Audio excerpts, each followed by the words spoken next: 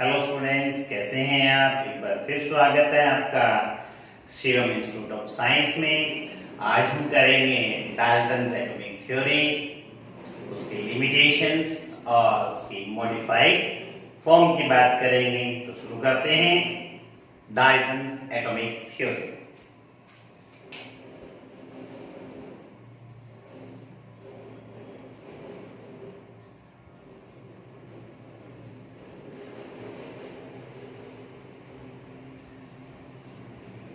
इस थ्योरी का पहला पॉइंट क्या कहता है? Every matter is made of extremely small undividable particle called as atom. Dalton ने क्या कहा? डाल्टन ने कहा कि प्रत्येक मैटर बहुत बहुत छोटे अभाज्य पार्टिकल से मिलकर बनता है, उनको हम क्या कहते हैं? Atoms. Every matter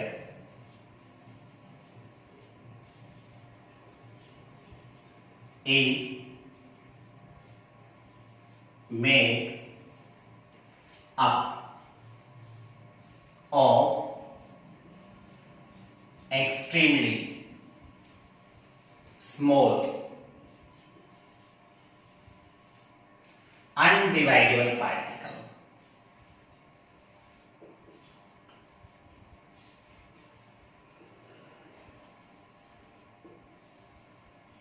called as atom।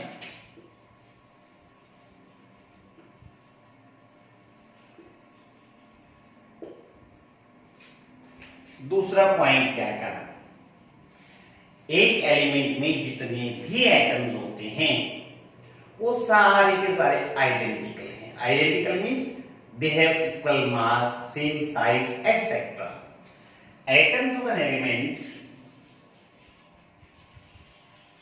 atoms of an element are identical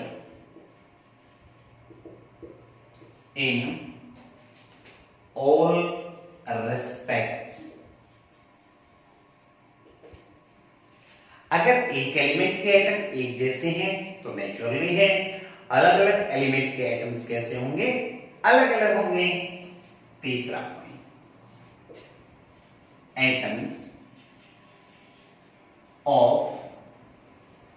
different elements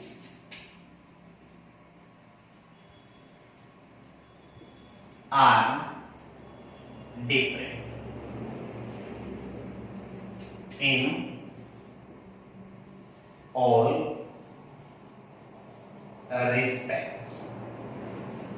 आया बच्चों समझ में? तो तीसरा पॉइंट क्या कहा इसने? काफी इंपॉर्टेंट है तीसरा पॉइंट। तीसरे पॉइंट में उसने कहा अलग अलग एलिमेंट के एटम्स कैसे हैं? अलग अलग है। फोर्थ वाला पॉइंट क्या कहता है? फोर्थ वाला पॉइंट इससे भी ज्यादा है।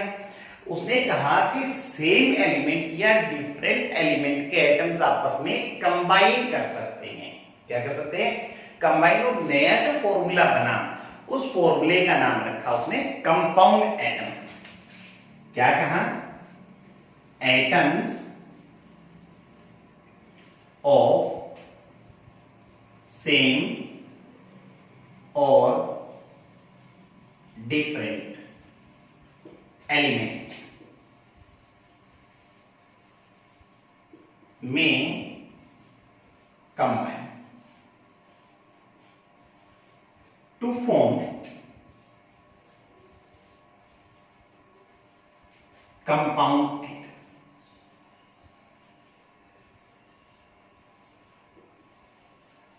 ठीक है? क्या कहा उसने? जब सेम या डिफरेंट एलिमेंट के एटम्स कंबाइन करेंगे ना तो एक नया फॉर्मूला बनेगा। उस फॉर्मूले का नाम क्या रखा? Compound atom. जैसे हाइड्रोजन के साथ हाइड्रोजन कंबाइन किया तो हाइड्रोजन का कंपाउंड एटम बना। हाइड्रोजन के साथ क्लोरीन जुड़ा तो वो क्या बना? हाइड्रोजन और क्लोरीन का कंपाउंड एटम बना। ठीक है? पांचवा पॉइंट क्या कहता है? जिस रेशो में अलग अलग एलिमेंट जुड़ते हैं, जिस रेशो में अलग अलग एलिमेंट या उनके एटम्स कंबाइन करते हैं, वो रेशो हमेशा फिक्स होता है। और बोलने में कैसा होता है? बिल्कुल ही इजी। जैसे मैं बात करूं कार्बन और ऑक्सीजन की, ठीक है, कार्बन और ऑक्सीजन जो हैं जिस रेशो में जुड़े हैं अपनी मर्जी का कोई रेशो नहीं बना सकते, इसके कंबाइन करने का रेशो फिक्स है। कैसे? जैसे 1:2 में क्या फॉर्मूला बन गया, CO2। ये रेशो कह रहा है फिक्स है और बोलने में देखो बिल्कुल बिल्कुल इजी है, 1:2। तो कहता है the ratio in which different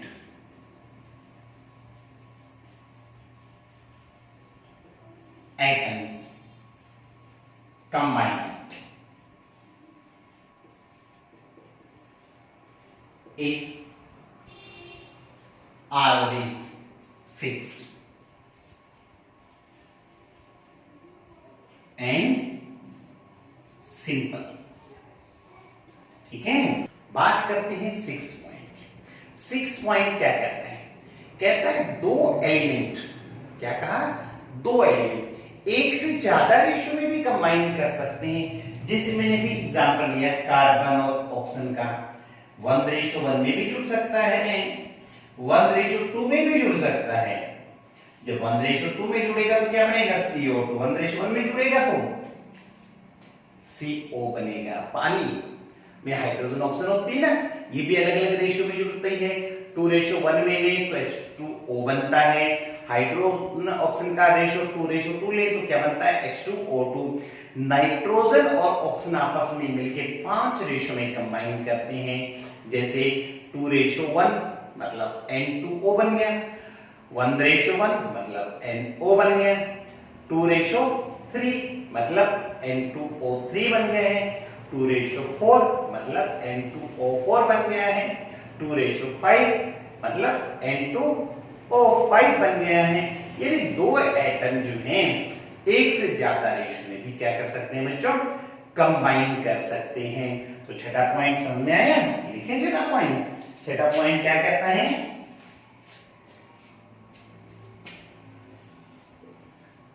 two elements में combine in more than 1 ratio। बात करते हैं 7वां पॉइंट। 7वां पॉइंट क्या कहता है कि एटम वो छोटे से छोटा पार्टिकल है जो केमिकल रिएक्शन में क्या करता है, पार्टिसिपेट करता है।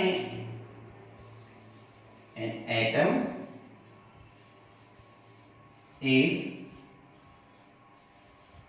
smallest particle that takes part in a chemical reaction। Last point क्या कहता है, लास्ट पॉइंट क्या कहता है बच्चों कि एटम को ना तो क्रिएट कर सकते हैं ना ही उसको डिस्ट्रॉय कर सकते हैं।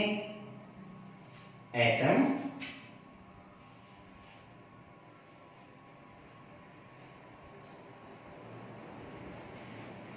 Can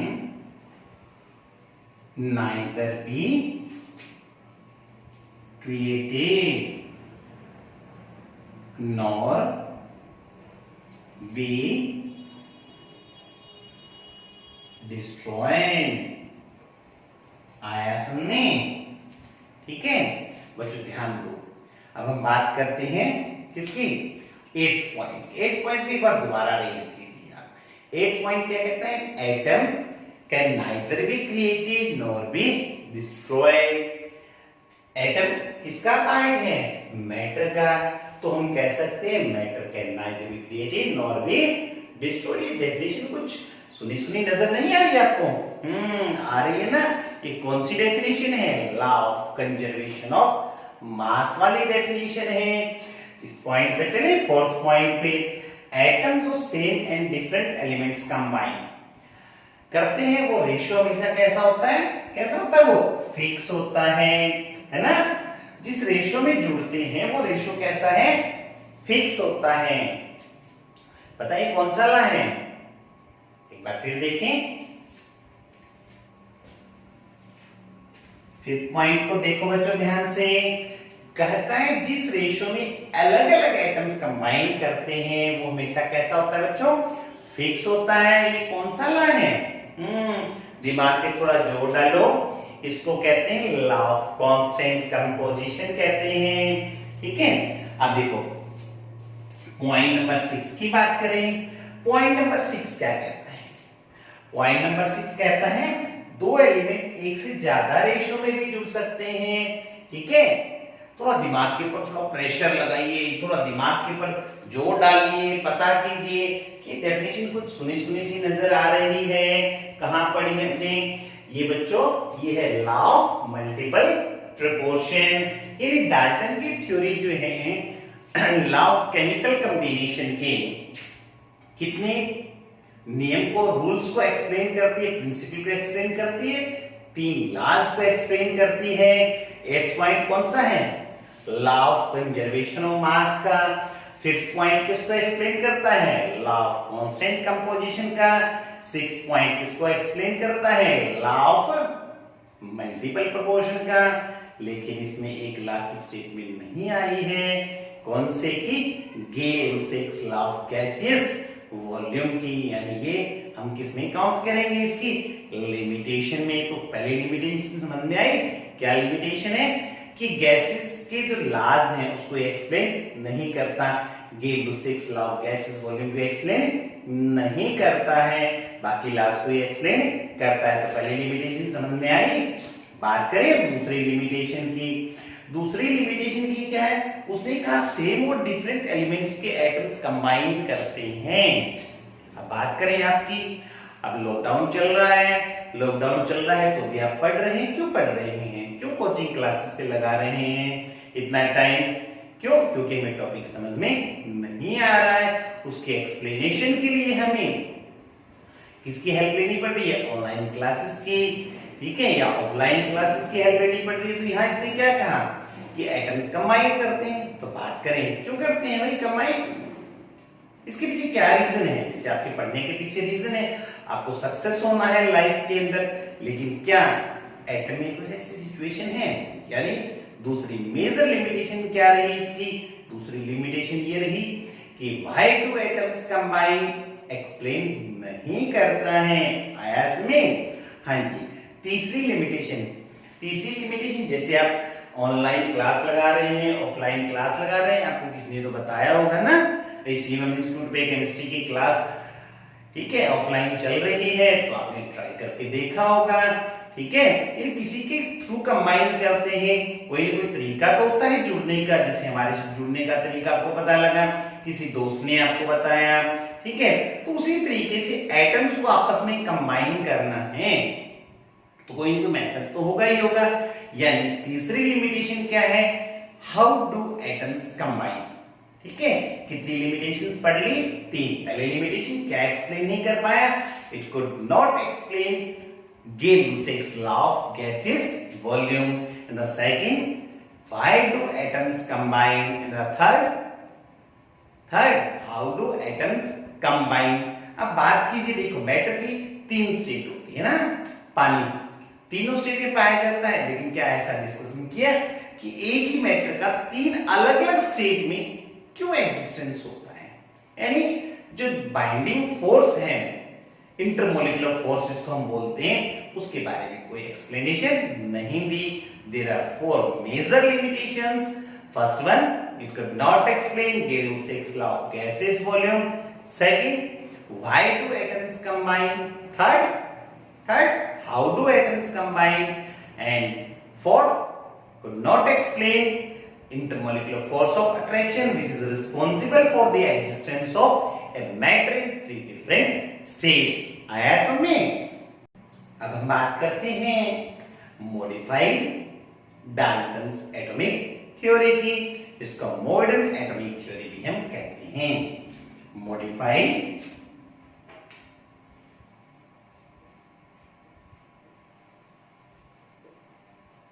form of Dalton's atomic theory or modern atomic theory। Discuss करते हैं इसके पॉइंट। पहला पॉइंट, डाल्टन की थ्योरी में क्या कहा गया था? डाल्टन की थ्योरी में कहा गया atom is undividable. Atom is undividable. बच्चों बात करें एटम अपने आप में माइक्रोस्कोपिक है, लेकिन फिर भी इसके अंदर अलग अलग टाइप के सब एटॉमिक पार्टिकल्स पाए जाते हैं, जिसमें से आपने पढ़ा होगा electron, protons, neutrons. These particles are known as fundamental particles.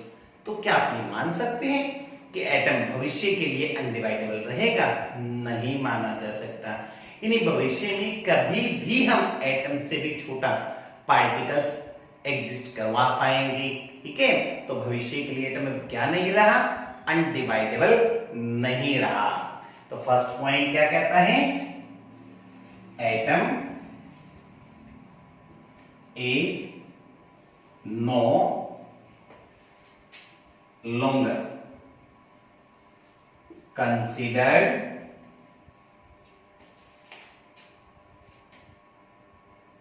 as undividable। In future के लिए एटम अब अनडिवाइडेबल नहीं रहेगा।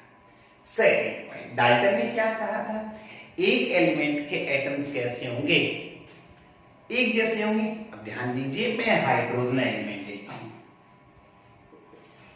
हाइड्रोजन एलिमेंट, ये देखिए, हाइड्रोजन एलिमेंट में 3 टाइप के एटम पाए जाते हैं।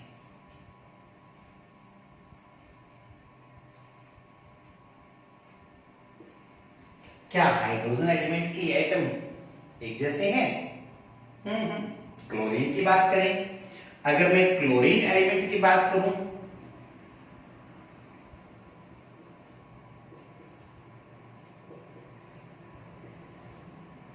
क्या ये एटम्स एक जैसे हैं? यानी इसका मतलब ये हुआ एक एलिमेंट के एटम्स भी क्या हो सकते हैं? डिफरेंट हो सकते हैं। तो दूसरा पॉइंट मॉडिफाई करके लिख दें, atoms of different atoms of an element may be different in one or more respects। आया समझ? पता है बच्चों, पढ़ा होगा आपने 10th क्लास में ना, इनको क्या कहते हैं? एक ही एलिमेंट के एटम जिनका एटॉमिक नंबर सेम होता है, मास नंबर डिफरेंट होता है, क्या कहते हैं इनको? आइसोटॉप्स। क्या कहते हैं? Isotopes. Atoms of an element having different mass numbers but same atomic numbers। ठीक है, कहते हैं थर्ड पॉइंट की क्या था? वहां थर्ड पॉइंट था कि डिफरेंट एलिमेंट्स के एटम्स कैसे होते हैं? डिफरेंट होते हैं। ये देखिएगा, मैंने क्या लिखा? ये लिखा आर्गन, पोटासियम, कैल्शियम। 18, 19, 20, 40 और 40 डिफरेंट एलिमेंट के एटम्स है ना बच्चों, लेकिन क्या ये सिमिलर हैं? क्या ये डिफरेंट हैं? बहुत ही बढ़िया, तो सिमिलर है। उसने तो क्या कहा था, डिफरेंट होंगे। तो इसका मतलब इस पॉइंट को भी मॉडिफाई कर दें। क्या लिखें मॉडिफाई करके कि अलग अलग एलिमेंट के एटम भी क्या हो सकते हैं, सिमिलर हो सकते हैं। Atoms of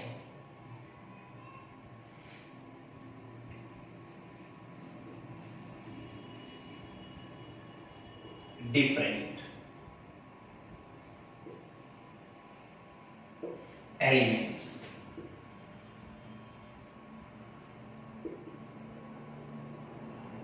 may be similar in one or more respects। 10th class में बताया होगा ना, क्या कहते हैं इनको, आइसोबार्स कहते हैं। तो ये मेरे पास है आइसोबार्स। क्या आइसोबार की डेफिनेशन को लिख सकते हैं?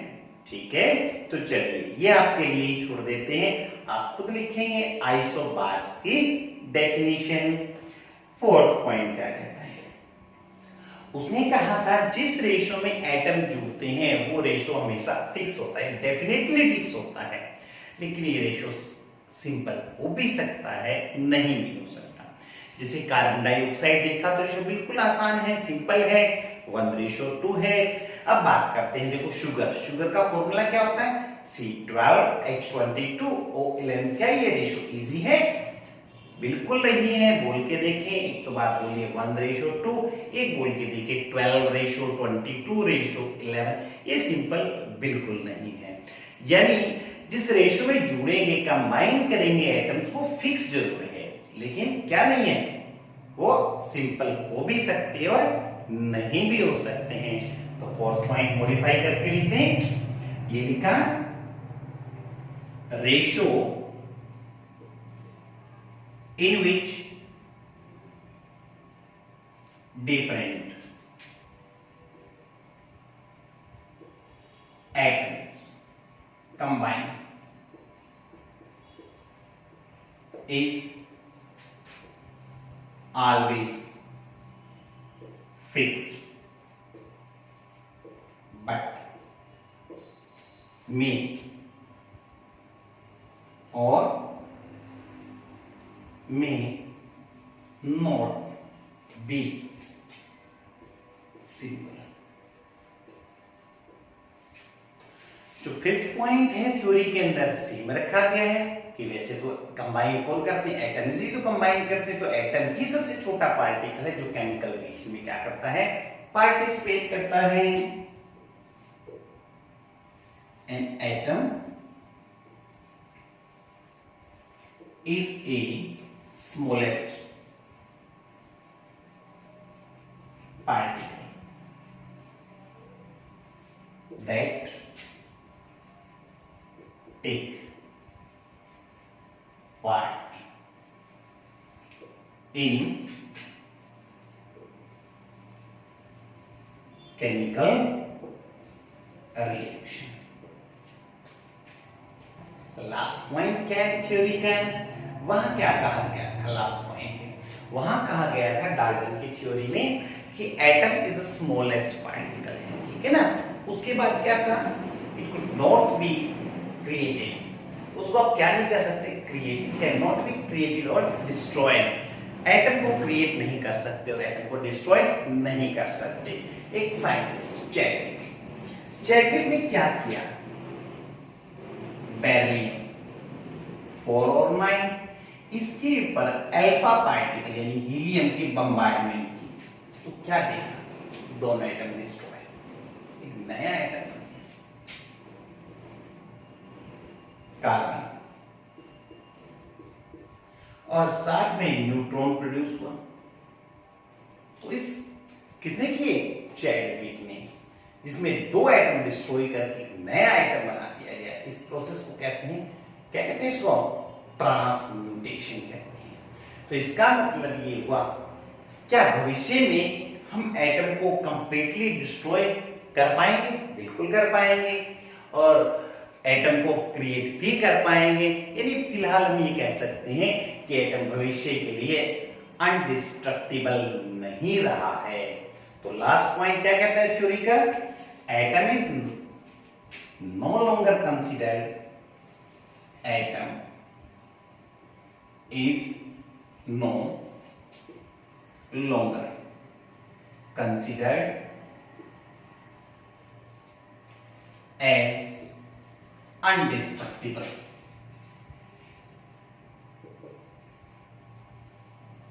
अविनाशी। ठीक है, तो ये हमारा टॉपिक क्या हो गया, इसका कंप्लीट हो गया। कल फिर नए टॉपिक के साथ फिर आपके सामने हाजिर होंगे। तब तक के लिए बाय।